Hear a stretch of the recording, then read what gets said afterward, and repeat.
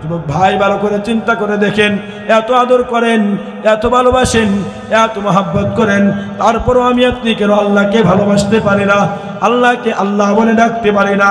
আল্লাহ কয় বান্দারে, যখন তোর ঘুমের প্রয়োজন হয় আমি তোকে এমন একটি রাত্র দিলাম, কারণ দিনের বেলা যতই চেষ্টা করুক না কেন, রাত্র এত সুন্দর একটি রাত্র দিলাম।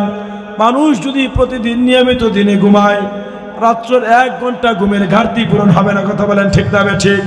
রাত্রের ঘুমটা বড় আরামদায়ক ঘুম। ওরে বান্দা, দুনিয়ার মধ্যে যাওয়ার পর তোমার স্ত্রী পালতে হবে, তোমার সন্তান পালতে হবে, তোমার সংসার পালিত করতে হবে, ও বান্দা কাজ করতে হবে, শ্রমিকের কাজ করতে হবে, জমিনের মধ্যে কৃষকের কাজ করতে হবে, রিক্সা চালাতে হবে, ট্রাক চালাতে হবে, বাস চালাতে হবে। ও বান্দা, তোমার কর্ম করতে হবে। কর্ম করতে করতে করতে সারাদিন যখন শ্রমিকের কাজ করবা, দাঁড়াইয়া দাঁড়াইয়া যখন কাজ করবা, কাজ করার পর রে বান্দা তোর ক্লান্ত আসে যাবে। এসে যাওয়ার পর বান্দা তোর জন্য একটি রাত্র দিলাম, রাত্রের মধ্যে রেস্ট করবা। রেস্ট করার পর বান্দা রাত্রে যখন শেষ হয়ে যায়, সূর্য ওঠার আগে আমি আল্লাহ একটি অক্ত দিয়ে দিলাম ফজর। ওই ফজরের মধ্যে তাকায় তাকি রে বান্দা, মসজিদের মধ্যে আজান হয়ে যায়, আল্লাহু আকবার, আল্লাহু আকবার, আল্লাহ বড়, আল্লাহ বড়।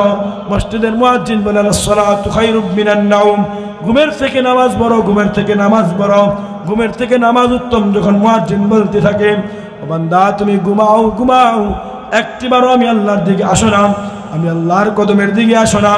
বান্দা ফজর থেকে নিয়ে জোহর পর্যন্ত তোর জবানের দিকে তাকিয়ে থাকে, কখন জানি আমি আল্লাহকে ডাক দিয়ে বলো, আল্লাহ রে আমার এই জিনিসটার প্রয়োজন, ও আল্লাহ আমার ওই জিনিসটার প্রয়োজন, ও আল্লাহ আমার পায়খানার প্রয়োজন, ও আল্লাহ আমার প্রস্রাবের প্রয়োজন।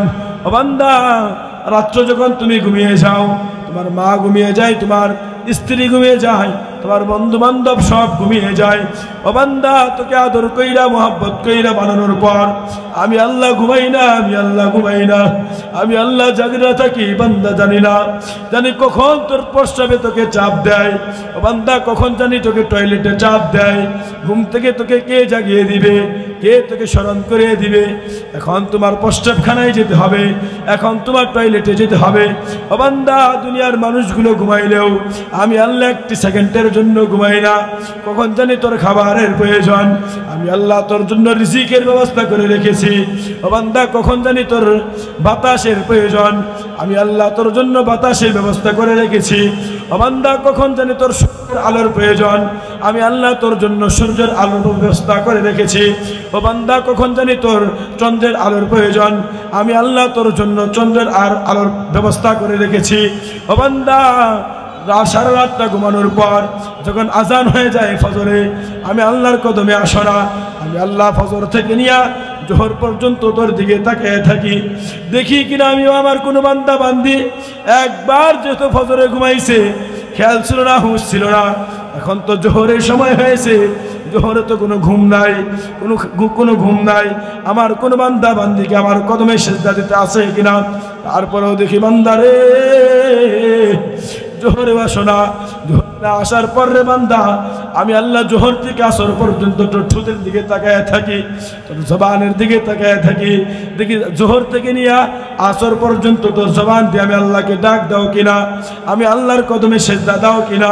ও বান্দা, জোহর থেকে আসরে আসো না, আসর থেকে নিয়ে আমি মাগরিবে তাকায় থাকি, মাগরিবে আসো না, মাগরিব থেকে নিয়ে আমি আল্লাহ এশার দিকে তাকায় থাকি, এশাতেও আসো না। রাত্র 10টা 12টা হয়ে যায়, পৃথিবীর সমস্ত মানুষগুলো ঘুমিয়ে যায়, পক্ষীগুলো ঘুমিয়ে যায়, সমস্ত মাখলুকগুলো ঘুমিয়ে যায়, আমি আল্লাহর ঘুম নাই, আমি আল্লাহর কোনো ঘুম নাই। আমি আল্লাহ সহ্য আর করতে না পেরে বান্দা চতুর্থ আসমান লাউহে মাহফুজ থেকে আমি আল্লাহ প্রথম মানে এই যে জমিন থেকে প্রথম আসমান দেখতেছিল বান্দা, এই প্রথম আসমানে চলে আসি আর বলতে থাকি আলা আমিন মুস্তাগফিরিন ফাগফির, আলা আমিন মুস্তাগফিরিন ফাগফির। কি আছো গুনাহ করেছো, কি আছো গুনাহ করেছো, আমি আল্লাহর কাছে গুনাহ থেকে মুক্তি চাও। কি আছো গুনাহ করেছো, আমি আল্লাহর কাছে গুনাহ থেকে মুক্তি চাও, আমি আল্লাহ তোমাকে গুনাহ থেকে মাফ করে দিব। আমি আল্লাহ ডাকতে থাকি আলা আমিন মুস্তারজিকিন ফারজুক, আমি আল্লাহ ডাকতে থাকি কি আছো রিজিকের অভাব, কি আছো রিজিকের কষ্ট করতেছো, আমি আল্লাহর কাছ থেকে রিজিক চাও, আমি আল্লাহ তোমাকে রিজিক দান করব। আলা আমি মুবতালিন ফালু আফি, কি আসো অসুস্থতার মধ্যে ভুগতেছো, আমি আল্লাহর কাছ থেকে অসুস্থতা থেকে মুক্তি চাও, রোগ থেকে মুক্তি চাও, রোগ থেকে পানা চাও, আমি আল্লাহ তোমাকে রোগ থেকে পানা করে দিব। ও বান্দা, এরকম ভাবে ডাকি আর বলি রে বান্দা, কারণটা কি জানো রে বান্দা? আমি আল্লাহ তো আদর কইরে, তো মোহাব্বত কইরে বানাইছি। আমি আল্লাহর তো মন চাই না তোদেরকে জাহান্নামের আগুনে পুরাই, আমি আল্লাহর তো মন চাই না তোদেরকে জাহান্নামের ফেরেশতাদেরকে দেই। ও বান্দা, তোদেরকে এত আদর কইরে, এত ভালোবাসা, এত মোহাব্বত কইরে বানাইছি। এমন শুধু তাই নয়, তোমাদেরকে এমন দামি একটা নবী দিছি। আমি আল্লাহ কেমন তোমাদেরকে একটা দামি নবী দিছি তোমরা জানো না? ঈসা নবী ছিলেন আমি আল্লাহর আশিক, মুসা নবী ছিলেন আমি আল্লাহর আশিক, ইব্রাহিম নবী ছিলেন আমি আল্লাহর আশিক, ইসমাইল নবী ছিলেন আমি আল্লাহর আশিক, ইদ্রিস নবী ছিলেন আমি আল্লাহর আশিক। বান্দা বান্দি ভালো করে চিন্তা কর, তোদের কেমন একটা নবী দিলাম, এমন একটা পয়গম্বর দিলাম। আমি আল্লাহ, অন্য পয়গম্বররা ছিল আমি আল্লাহর আশিক, কিন্তু তোমাদেরকে যে নবীটা দান করেছি সেই নবীর আশিক আমি আল্লাহ নিজে হয়ে গেলাম। বলেন না সুবহানাল্লাহ। অন্য নবীদেরকে আমি আল্লাহ হায়াত দিয়েছি 900 বছর, অন্য নবীদেরকে আমি হায়াত দিয়েছি 300 বছর, অন্য নবীদেরকে আমি হায়াত দিয়েছি 200 বছর, অন্য নবীদেরকে হায়াত দিয়েছি 120 বছর, অন্য নবীদেরকে হায়াত দিয়েছি 100 বছর, কিন্তু আমার হাবিবকে আমি হায়াত দিয়েছি সামান্য ছোট্টখানি একটি হায়াত, মাত্র 63 বছরের জিন্দিগি। 63 বছরের জিন্দিগিটা শুধু তাই নয়, অন্য নবীরা 1000 বছর হায়াত পেয়ে যে পরিমাণ নেকি অর্জন করেছে, যে পরিমাণ নৈকট্য অর্জন করেছে, আমার হাবিব, আমার পেয়ারা বন্ধু, আমার পেয়ারা দোস্ত 63 বছর হায়াত পেয়ে তাদের তুলনায় আমি আল্লাহ এত ভালোবাসি আমার পয়গম্বরকে। আমি আল্লাহর, আমার পয়গম্বরের আচরণ আফেরা দেখে, আমার পয়গম্বরের আখলাক চরিত্র দেখে আমি আল্লাহ নিজেই তার প্রেমে পড়ে গেলাম। বলেন না সুবহানাল্লাহ। আর জোরে বলেন সুবহানাল্লাহ। ও বান্দা, চিন্তা কর, শুধু এমন একটা দামি নবী দিছি রে বান্দা। আমি আল্লাহ তো তোদেরকে ভালোবাসি, আমি আল্লাহ তোদেরকে ভালোবাসি রে বান্দা, তোদেরকে বড় আদর কইরা বড় ভালোবাসা বানাইছি বান্দা। আমি আল্লাহর মন চাই না তোরা জাহান্নামে যা, আল্লাহর কি চাই না? মন চাই না জাহান্নামে যা। কিন্তু বান্দারে, তোদের কামাই, তোদের ইনকাম, কারণ আমি আল্লাহ যে কিয়ামতের কঠিন ময়দানে একটি বিচারের রাজত্ব কায়েম করব। ওই বিচারের রাজত্ব কায়েমের মধ্যে আমি কাউকে দিব না, দুনিয়ার কাউকে দিব না রে। দুনিয়ার মানুষ তোমরা বিচার করো, আমি আল্লাহ নিজেই বিচার করব, ইনসাফের বিচার করব, ন্যায়ের বিচার করব। ও বান্দা, তোর আমল নামা যদি খারাপ হয়ে যায়, ও বান্দা তোর আমল নামা যদি খারাপ হয়ে যায়, তাহলে তো বান্দা তোর আমলের প্রতিদান হিসাবে তোর জাহান্নামে যেতে হবে। ও বান্দা, তোর আমল নামা যদি ভালো হয়ে যায়, আমি আল্লাহ খুশি হইয়া, আমি আল্লাহ আনন্দে তোকে জান্নাতের মধ্যে ঢুকায় দিব। জোরে জোরে বলেন সুবহানাল্লাহ। ও বান্দারে, একটি বার চিন্তা করেছো রে বান্দা, তুমি কোথায় ছিলা, কোথায় আসছো? তোমার তো এক সময় কোনো অস্তিত্ব ছিল না। ও বান্দা, তোকে আমি আল্লাহ মায়ের গর্ভের মধ্যে 10টা মাস লালন পালন করলাম। লালন পালন করার পর দুনিয়ার মধ্যে তোকে প্রেরণ করলাম। প্রেরণ করার পর শিশু থেকে বড় হতে লাগলি বান্দা, তোকে বড় বানাইলাম। বড় বানাইতে বান্দা তোকে আমি জ্ঞান দিলাম, বুদ্ধি দিলাম। ও বান্দা, দুনিয়ার সব কিছু অর্জন করলি, দুনিয়ার সব মানুষের ভালোবাসা ঢুকাইলি। ও বান্দা, স্ত্রীর ভালোবাসা ঢুকাইলি, মায়ের ভালোবাসা ঢুকাইলি, ভাইয়ের ভালোবাসা ঢুকাইলি, বোনের ভালোবাসা ঢুকাইলি, বন্ধুর ভালোবাসা ঢুকাইলি, বান্ধবীর ভালোবাসা ঢুকাইলি। কিন্তু এই দিলের মধ্যে, এই অন্তরের মধ্যে কি একটি বিন্দু পরিমাণ আমি আল্লাহর ভালোবাসা ঢুকাইলি না রে বান্দা? ও বান্দা, কি অন্যায় ছিল রে বান্দা তোকে বানানোর জন্য? ও বান্দা, তোকে তো আমি দুনিয়াতে উন্মুক্ত করে দিছি, যা যা দুনিয়ার জমিনে চল, যা যা দুনিয়াতে চলতে থাক। আমি আল্লাহ তো বলি নাই সব কিছু বাদ দিয়া আমি আল্লাহর নামাজের মধ্যে পড়ে থাক, কিছু বাদ দিয়া আমি আল্লাহ রোজার মধ্যে পড়ে থাক। বান্দা, এটা বলি নাই। বান্দা, আমি আল্লাহ বলি যাও শ্রমিকের কাজ করো, যাও জমিনের মধ্যে কৃষকের কাজ করো, যাও সংসার করো, যাও বিবাহ করো, সব কিছু করো। বান্দা, করার পরেও একটি নির্দিষ্ট সময় আমাকে দাও।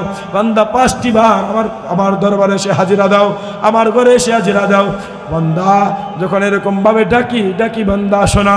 ও বান্দা, তোমাদের হাতের কামাই, যারাল ফাসাদু ফিল বারি ওয়াল বাহরি বিমা কাসাবাত আইদিন নাস। ও বান্দা, এই যে দুনিয়ার মধ্যে যা কিছু দেখো না কেন, মাঝে মাঝে দেখো না কেন করোনা আসে, মাঝে মধ্যে দেখো ভূমিকম্প আসে, দেখো বিপদ আসে, আগুন লেগে যায়, এমন হয় কি হয় না? যারাল ফাসাদু ফিল বারি ওয়াল বাহরি বিমা কাসাবাত আইদিন নাস। ওরে বান্দা, আমি তাদেরকে এই জিনিসগুলো দেখাইয়া বুঝাই আমি আল্লাহ একজন আছি, আমি আল্লাহ চলে যাই নাই।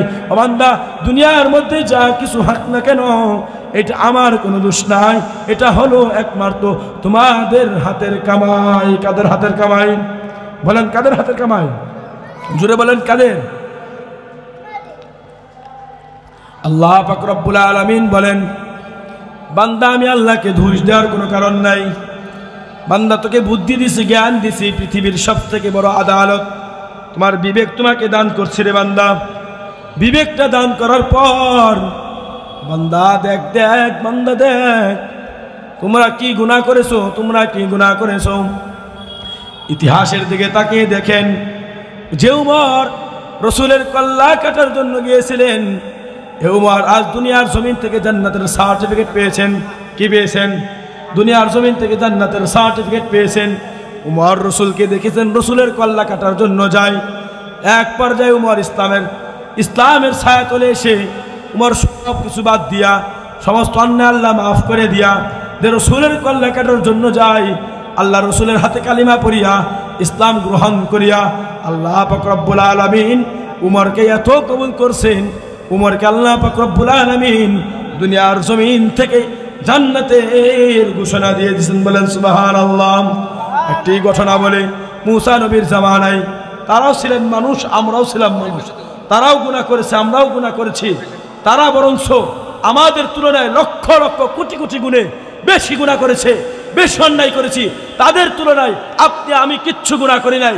যদি আপনি আমি তাদের মতো খাট দিলে তওবা করতে পারি, আমার মন বলে বিশ্বাস আল্লাহ পাক রব্বুল আলামিন আপনাকে আমাকে এই মাহফিল থেকে আজ আল্লাহর ওলি বানায় বাড়ি ফিরাইবে। কথা বলেন ঠিক না ঠিক? তারা কেমন গুনাহ করেছেন দেখেন। 40টা বছর পর্যন্ত নাফরমানি করছে একজন বান্দা। মুসা নবীর জামানায় বৃষ্টি হয় না জমিনের মধ্যে। বনী ইসরায়েলের জামানায় জমিনের মধ্যে বৃষ্টি হয় না। সমস্ত মানুষগুলো মুসা পয়গম্বরের কাছে গেলেন, যার পর বলেন, ওগো আল্লাহর পয়গম্বর, আপনি তো মুসা কালিমুল্লাহ, আপনার সঙ্গে আল্লাহর কথা হয়। আজ জমিনের মধ্যে অনেক দিন হয়ে গেল বৃষ্টি হয় না, জমিনের মধ্যে অনেক দিন হয়ে গেল বৃষ্টি হয় না। আপনি আল্লাহর কাছে বলেন আল্লাহ যেন জমিনের মধ্যে বৃষ্টি দেয়, আমাদের জমিনের ফসলগুলো নষ্ট হয়ে যাচ্ছে। মুসা পয়গম্বর মানুষদেরকে নিয়ে, তার কওমদেরকে নিয়ে খোলা আকাশের নিচে মাঠের মধ্যে জমিনের মধ্যে চলে যাওয়ার পর বৃষ্টির নামাজ পড়ে আল্লাহর কাছে দোয়া করে, আল্লাহর কাছে হাত তুলে কয়, আরে আল্লাহ, আমি মুসা, আমি আপনার হাবিব, আমি মুসা কালিমুল্লাহ। ওগো আল্লাহ, তুমি কি দেখো না তাকাইয়া জমিনের মধ্যে বৃষ্টি হয় না, তোমার বান্দা বান্দীদের কষ্ট হয়। ওগো আল্লাহ, আজকের দুয়ার খাতিরে, আমি মুসার খাতিরে, আপনি যদি আমাকে ভালোবাসেন আমি আপনাকে ভালোবাসি। ওগো আল্লাহ, জমিনের মধ্যে বৃষ্টি দান করেন। আল্লাহ কয়, মুসা রে,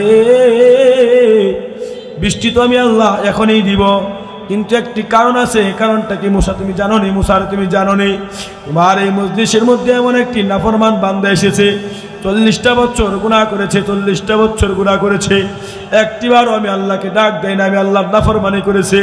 ও মুসা, তোমার এই নাফরমান বান্দা যদি, তোমার এই নাফরমান উম্মত যদি তোমার এই মজলিস থেকে উঠে না যায়, আমি আল্লাহ তোমার দোয়া কবুল করব না, এবং কি জমিনের মধ্যে বৃষ্টিও দিব না। মুসা পয়গম্বর ছিলেন অনেক বড়, অনেক রাগী একজন পয়গম্বর। হুট করে মুসা দাঁড়িয়ে গেলেন আর বললেন, এই মজলিসের মধ্যে কি আছো? 40টা বছর গুনাহ করেছো, 40টা বছর নাফরমানি করেছো, তোমার কারণে আল্লাহ পাক রব্বুল আলামিন এই জমিনের মধ্যে বৃষ্টি দান করবে না, তোমার জন্য আল্লাহ পাক রব্বুল আলামিন বৃষ্টি দিবে না। তুমি যদি এই মজলিস থেকে উঠে না যাও, তুমি যদি এই মজলিস থেকে উঠে না যাও, তাহলে আমি আল্লাহর কাছ থেকে নাম নিয়া, তোমার ঠিকানা নিয়া সবার সামনে বেইজ্জতি করব। যিনি ছিলেন নাফরমান, তিনার কোনো বাকি নাই। আমি তো গুনাহগার, আমি তো অন্যায় করেছি, আমি তো পাপ করেছি। সে চিন্তা করলো, এই এতগুলো মানুষের মধ্যে এখন যদি আমি উঠে যাই, তাহলে সবাই আমাকে চিনে ফেলবে, আমি গুনাহগার, সবাই আমাকে দেখে ফেলবে আমি নাফরমানি করেছি। আমি এখন কি করা যায়? আল্লাহর কাছে ডাক দিয়া কই, রে আল্লাহ, আমি জানি তোমার নাম রহমান, আমি জানি না আল্লাহ তোমার নাম রহিম। আল্লাহ রে আল্লাহ বলে ডাক দিয়ে, আল্লাহ, জোরে বলেন আল্লাহ, আর জোরে বলেন আল্লাহ। ওই নাফরমান বান্দা কই, রে আল্লাহ, আমি যে গুনাহ করেছি, আমার স্ত্রী যদি জানতো, আমার স্ত্রী আমাকে স্বামী বলে স্বীকৃতি দিত না, আমার সন্তানগুলো যদি জানতো আমাকে তারা বাবা বলে পরিচয় দিত না, আমার মা বাবা যদি জানতো তারা আমাকে সন্তান বলে পরিচয় দিত না রে আল্লাহ। আল্লাহ রে, এত বছর গুনাহ করার পর, আল্লাহ এত বছর নাফরমানি করার পর, আল্লাহ তোমার সাত্তার নামের একটা চাদর আছে আমি জানি, তোমার সাত্তার নামের একটা চাদর আছে আমি জানি। ও আল্লাহ, আমার 40 বছরের গুনাহগুলো তুমি সাত্তার নামের চাদর দিয়ে ঢেকে রেখেছ। ও আল্লাহ, মুসা পয়গম্বর কয় আমার জন্য নাকি তুমি জমিনে বৃষ্টি দাও না। ও আল্লাহ, আমি খাটে দিলে তওবা করতেছি, আজ থেকে আমি এই মজলিস থেকে তওবা করতেছি রে আল্লাহ, আমি আর জীবনে গুনাহ করব না, আমি আর জীবনে নাফরমানি করব না রে আল্লাহ। তোমার কাছে মাপ চাই। ও আল্লাহ, তোমার সাত্তার নামের চাদর দিয়ে আমার গুনাহগুলো দেখে ও আল্লাহ তুমি আমার জন্য জমিনের মধ্যে বৃষ্টি বন্ধ করিয়া দিয়েছ। ও আল্লাহ, এবার একটু দয়া মায়া করিয়া তুমি আমার জন্য এই জমিনের মধ্যে বৃষ্টি দান করো। বান্দা যখন আল্লাহকে আল্লাহ কইয়া ডাক দিছে, আল্লাহ বলিয়া ডাক দিছে, তখন আল্লাহর মায়া লেগে গেছে, আল্লাহর দিলের মধ্যে ভালোবাসা ঢুকে গেছে। আল্লাহ বরদাস্ত করতে না পাইরা 40 বছরের গুনাহগুলো সব বাদ দিয়া, 40 বছরের হিস্ট্রির গুনাহ বাদ দিয়া আল্লাহ সঙ্গে সঙ্গে জমিনের মধ্যে বৃষ্টি দান করলেন। মুসা পয়গম্বর আল্লাহকে বলেন, ও আল্লাহ, আপনি ঘোষণার পর এই মজলিস থেকে তো কেউ উঠে গেল না, কারণটা কি? আপনি বললেন এই মজলিসের মধ্যে একজন নাফরমান আছে, এইখান থেকে তো একজন মানুষও উঠলো না, আবার আপনি বৃষ্টি দিয়ে দিলেন, কারণটা কি? আল্লাহ কয়, মুসা রে, তুমি হলা মুসা, তোমাকে আমি আল্লাহ বানাইছি পয়গম্বর হিসাবে। আমি আল্লাহ যার গুসা হইয়া, যার প্রতি রাগ হইয়া, যার প্রতি নারাজ হইয়া আমি আল্লাহর রাগে বলেছি, আমি আল্লাহ গুসা হইয়া তার জন্য বৃষ্টি বন্ধ করে দিয়েছি। ও মুসা, যখন ওই বান্দাটা গুনাহগুলো স্বীকার করিয়া এই ভরা মজলিসের মধ্যে নিয়াতটাকে, দিলটাকে সহি করিয়া আমি আল্লাহকে আল্লাহ বলে ডাক দিছে, আমি আল্লাহ তার ডাক শুনে সহ্য করতে না পাইরা তার 40 বছরের গুনাহগুলো মাফ করিয়া তার জন্য বৃষ্টি বন্ধ করিয়া দিছি এবং তার উসিলা এখন বৃষ্টি দিয়ে দিলাম। জোরে বলেন সুবহানাল্লাহ, আর জোরে বলেন সুবহানাল্লাহ। ও ভাই, ভালো করে দেখেন, তারা খাটি দিলে তওবা করেছেন, আল্লাহ সব কিছু মাফ করে দিয়া যার জন্য বৃষ্টি বন্ধ করেছেন, তার জন্যই জমিনের মধ্যে বৃষ্টি দিয়েছেন, সে আল্লাহ এখন আছে না নাই? জোরে বলেন, আছে না নাই? সে আল্লাহ এখন আছে। আমি আপনি 30 বছর গুনাহ করেছি, আমি আপনি 40 বছর গুনাহ করেছি। আসেন ভাই, আল্লাহর কাছে তওবা করি, আল্লাহর কাছে তওবা করি, আল্লাহর কাছে তওবা করি। আল্লাহ তো মাফ করলে আল্লাহর কোনো ক্ষতি হবে না। আল্লাহ মাফ করলে আল্লাহর কোনো ক্ষতি হবে? বলেন, কোনো ক্ষতি হবে না? আরে না ও ভাই, আল্লাহর মাফ করলে আল্লাহর কোনো ক্ষতি হবে না। দেখেন মানুষগুলো কিভাবে আল্লাহর নৈকট্য অর্জন করেছেন, কিভাবে আল্লাহর ভালোবাসা অর্জন করেছেন। কিন্তু আজ আপনার সামনে, আমার সামনে স্পষ্ট কোরআন আছে, স্পষ্ট হাদিস আছে, দ্বীন আছে, ইসলাম আছে, থাকা সত্ত্বেও আমি আপনি আল্লাহর নৈকট্য অর্জন করতে পারি না, আল্লাহর নৈকট্য অর্জন করতে পারি না। বিলালে হাবশী কালো মানুষের ঘটনা এমন কেউ নাই জানে না, তাদের পরিস্থিতি এমন সমাজও ছিল না তারা আল্লাহর ইবাদত করবে। আমাদের সমাজ ব্যবস্থা আছে, আল্লাহর ইবাদতে কোনো বাধা নাই? বাধা আছে? বলেন, আল্লাহর ইবাদতে কোনো বাধা আছে? 1 ঘন্টা পর্বে একই কাছে কাছে এক একটা মসজিদ আছে, মসজিদের খুব দূরত্ব নাই। আগের জামানায় এক দেশে ছিল আরেকটা মসজিদ, বহু দূরে ছিলেন আরেকটা মসজিদ, মসজিদের অনেক দূরত্ব ছিল, মানুষ হেঁটে হেঁটে গিয়ে নামাজ পড়েছেন, অনেক কষ্ট করে গিয়ে নামাজ পড়েছেন। কিন্তু আপনার আমার তো এত কষ্ট করার প্রয়োজন নাই। ঘরের কাছে মসজিদ, বাজারের কাছে মসজিদ, দোকানের কাছে মসজিদ। কথা বলেন ঠিক না বেঠিক? জোরে বলেন ঠিক না বেঠিক? একজন মানুষ ছিলেন কালো, বেলাল এমন কালো ছিলেন, চেহারা এবং চুল বুঝার কোনো কায়দা নাই কোনটা মাথা এবং কোনটা চেহারা, এত কালো ছিলেন বেলাল। কালো থাকার কারণে বেলালের হাতের তালু পর্যন্ত ছিল কালো, এত কুষ্ঠিত কালো ছিল বেলাল। উমাইয়া ইবনে খলফের গোলাম ছিলেন বেলাল। উমাইয়া ইবনে খলফের গোলাম থাকার পর বেলাল নবীর হাতে কালিমা পড়ার পর আল্লাহ ডাকের মধ্যে মজা পেয়েছেন। মজা পাওয়ার পর বেলাল ছিলেন তুতলা মানুষ, তুতলায় তুতলায় কথা বলতেন। কিভাবে কথা বলতেন? তুতলায় তুতলায় কথা বলতেন। বেলালের ঠোঁটটা ছিল মোটা। বেলাল আজান দিতেন, আশহাদু আল্লাহ বলতে পারতেন না, আশহাদু বলতেন। এই বেলাল কিভাবে আল্লাহর নৈকট্য অর্জন করেছে সামান্য একটু আপনাদেরকে বলে বোঝার জন্য। বেলাল আল্লাহর হাবিবের কাছে কালিমা মুসলমান হয়ে যাওয়ার পর আল্লাহর হাবিবকে বলেন, আল্লাহ ও আল্লাহ রসুল, আমি তো একজনের গোলাম, আমি যদি তার কাজের মধ্যে ফাঁকি দেয় আল্লাহ আমাকে ধরবেন। আল্লাহর হাবিব বলেন, যাও বেলাল, তুমি তোমার গোলামের মনিবের কাজ করো। মনিবের নাম ছিল উমাইয়া ইবনে খালফ। উমাইয়া ইবনে খালফের গোলামি করতেন আর বেলাল কাজ করতেন। কাজ করার পর বেলাল জপতে থাকতেন, আহাদ আহাদ, আল্লাহর নাম বইলা ডাকতেন, কুল হুয়াল্লাহু আহাদ, আল্লাহর নাম বইলা ডাকতেন বেলাল। বেলাল ডাকার পর উমাইয়া ইবনে খালফ একদিন জেনে ফেললেন আর বেলালকে বললেন, ও বেলাল, তোমার জবান দিয়ে কি নাম বের হয়? তুমি কাকে ডাকো? তুমি আমার গোলাম, তোমার মনিব আমি, আমাকে না ডেকে তুমি ডাকো কাকে? কারণটা কি? বেলাল কয়, উমাইয়া, আমার আল্লাহ এমন একজনকে ডাকি। উমাইয়া, আমি আল্লাহকে, আমি বেলালকে যিনি বানাইছেন এবং তোমাকে যিনি বানাইছেন, তোমার আমার রব, এমনকি গোটা পৃথিবীর মানুষের রব, তিনি হলেন আমার আল্লাহ, তিনাকে আমি আহাদ আহাদ করিয়া ডাকি। উমাইয়া ইবনে খালফের সহ্য হলো না, উমাইয়া ইবনের মাথা গরম হয়ে গেল। উমাইয়া ইবনে খালফ বেলালকে বলেন, বেলাল, তোমার জবান থেকে যদি আহাদ শব্দটা বন্ধ করে না দাও তাহলে তোমার উপর টর্চার শুরু হয়ে যাবে। বেলাল কয়, ইসলাম গ্রহণ করেছি, আহাদের মজা পেয়েছি, একবার তো দুনিয়া থেকে মৃত্যু বরণ করতেই হবে। যদি বরণ হয় আমার আহাদ নামের উপর যদি মৃত্যু হয়, তোমার যা শাস্তি আমাকে দাও, তোমার যা প্রয়োজন আমাকে দাও। বেলাল উমাইয়া ইবনে খালফ তার মানুষদেরকে ডেকে বলেন, ঘোড়ার পিছনে বেলালকে বেঁধে আরবের অলিতে গলিতে বেলালকে টানে আর বেলালকে বলে, এই আহাদ শব্দ বন্ধ করিয়া দাও, আহাদ শব্দ বন্ধ করিয়া দাও।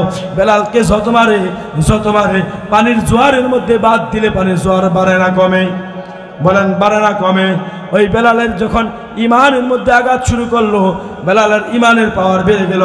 বেড়ে যাওয়ার পর বেলালকে আরবের অলিতে গলিতে টেনে হেসড়ে বেলাল আর বলেন, বেলাল আহাদ শব্দ ছেড়ে দাও। বেলাল বলে, না, আমার জান চলে যাবে, তারপরে আমি আহাদ শব্দ ছাড়ব না, আহাদ শব্দ ছাড়ব না।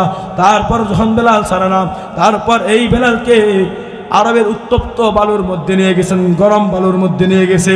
বেলালকে শোয়া বেলাল বুকের উপর পাথর চাপা দিয়া বেলালকে মারধর করতে থাকে, এত টর্চার করতে থাকেন, এত অন্যায় করতে থাকে। বেলাল তারপরে ইসলাম ছাড়ে না। ও ভাই, আপনার আমার আল্লাহর ইবাদত করব, আমার কোনো টর্চার হবে না, কেউ আমাকে হামলাও করবে না, কেউ আমার বিরুদ্ধে মামলাও করবে না। ওপেন তো আপনার আমার ইবাদতের দরজা খোলা আছে। ও ভাই দেখেন, তারা মুসিবতে থেকেও আল্লাহর নাম ভুলে নাই, আল্লাহর ইবাদত বলে নাই। বেলাল এত ত্যাগ স্বীকার করার কারণে বেলালের ফজিলত কি হয়েছে? বেলালের ফজিলতটা কি হয়েছে? সামান্য একটু আপনাদেরকে বলি ভাই, বেলালের ফজিলতটা কি হয়েছেন? এই বেলালকে আল্লাহ পাক রব্বুল আলামিন এত ভালোবেসেছেন, মেরাজের রজনীতে আল্লাহ পাক রব্বুল আলামিনের রাসূল মেরাজের রজনীতে জান্নাত ভ্রমণ করে যাওয়ার জন্য যখন জান্নাতে যায়, যখন জান্নাতে যাওয়ার পর দেখে একজন মানুষের হাতের আওয়াজ শোনা যায়। তারপর জিবরাইলকে বলেন, ও জিবরাইল, এই জান্নাতের মধ্যে কে হাঁটে? কার হাতের আওয়াজ?